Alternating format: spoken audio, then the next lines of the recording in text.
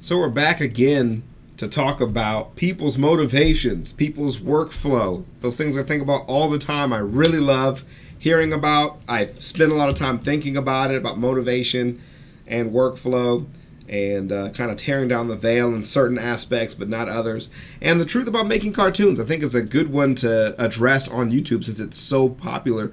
Most animation things that I watch spend a lot of time on their animations and are not rushed now, even though the YouTube algorithm kind of disagrees with that. But I know others outsource, so they kind of break up the monotony of it. But let's see what this one wants to cover. I have no idea because I haven't seen it. Let's get into it. Yeah.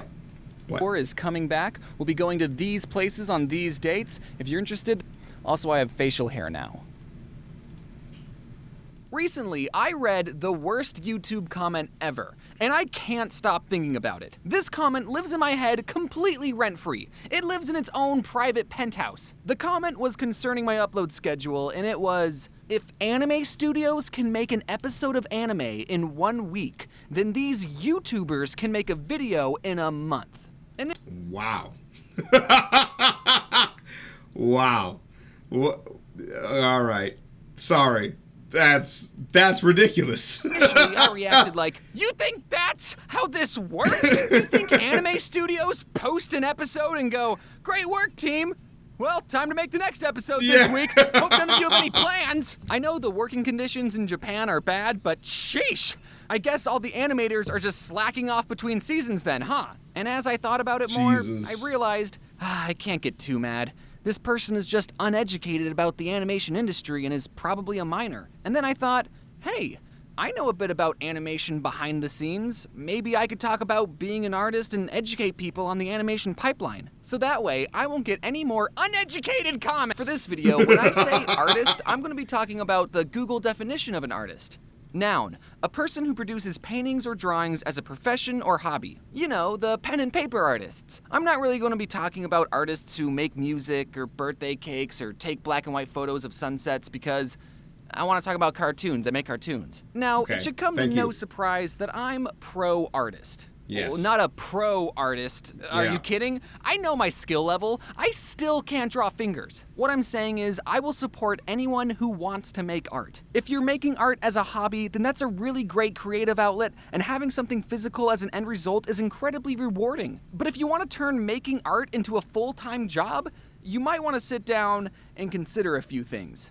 Like, are you sure you don't want to go to law school? The biggest challenge all artists face is they have to eat food to survive. And in this capitalist society, food costs money. So artists are challenged to somehow take being good at making shapes and turn that into money. I know of 4 ways an artist can make a living. The first way is to be so good at art that people will pay money to hang it up in their house.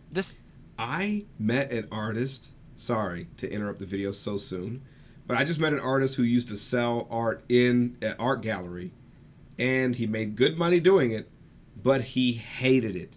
So I don't know if it's going to cover that, but most artists that I've talked to, which is now like 9 or 10, don't necessarily like that process of selling their art in galleries, by the way.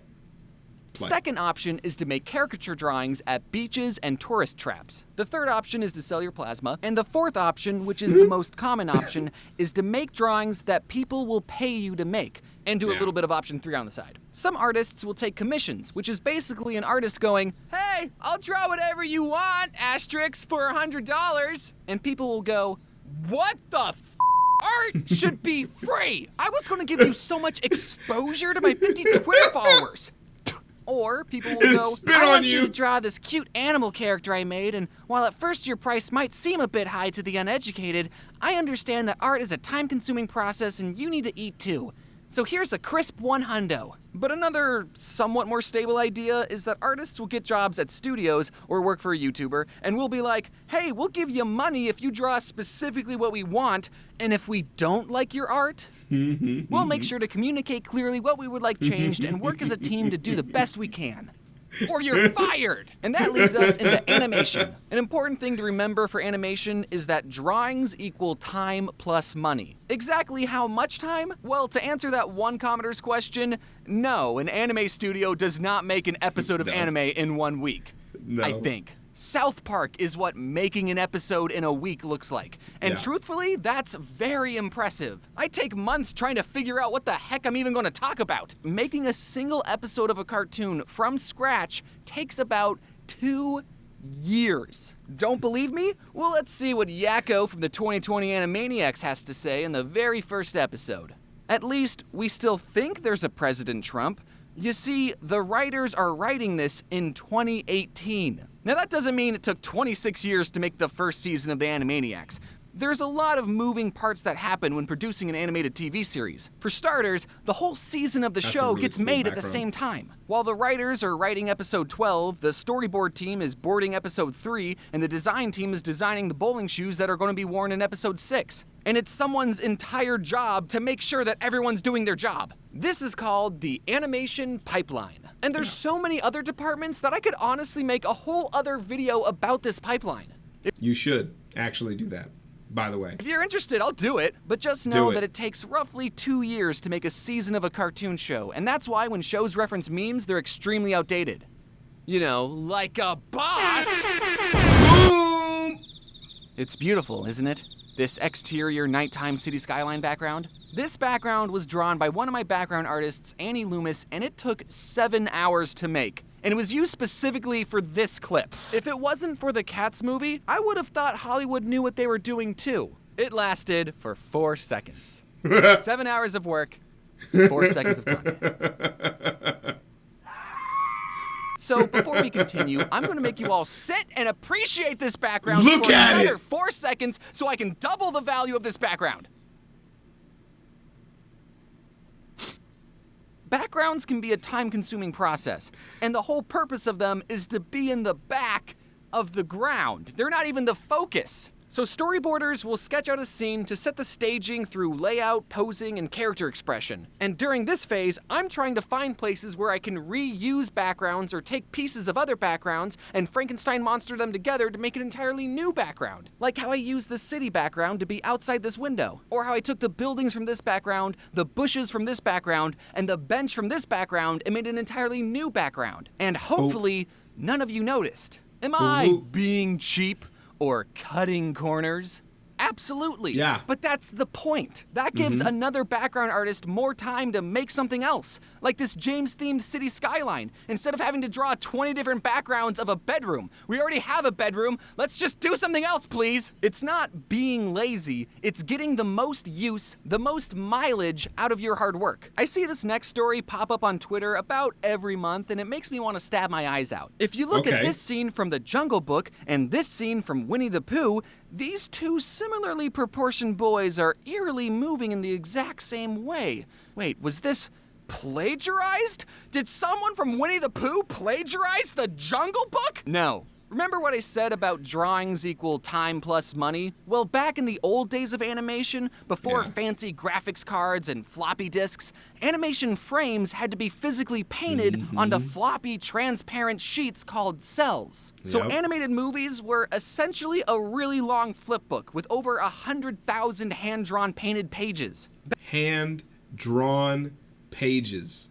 If you look at Akira, the making of Akira, they show you how long it took to make that animation that was hand-drawn. Back then, drawings equaled even more time and even more money. This whole sequence had to not only be drawn 24 times a second, but it also had to have the correct timing to look like a little boy was jumping on rocks. Just because you drew 24 Mowglis doesn't mean they're gonna look good when you play the frames together. So if you're making a cartoon movie in the 70s and you need a scene where a young boy character is just being a dude and throwing rocks, and you need a really climactic fight scene, are you gonna spend the time and money drawing another boy throwing another rock when someone else already did that 10 years ago? Or are you going to reuse the animation the studio already made and then have more time and budget to make an even epicer fight scene? More stuff. If these movies were from 2 different studios, then yes, that would be a completely different story. But Disney owns this movement of our boy Mowgli, so they're allowed to use that movement on our boy Chris. Turning your art into a full-time job is very difficult.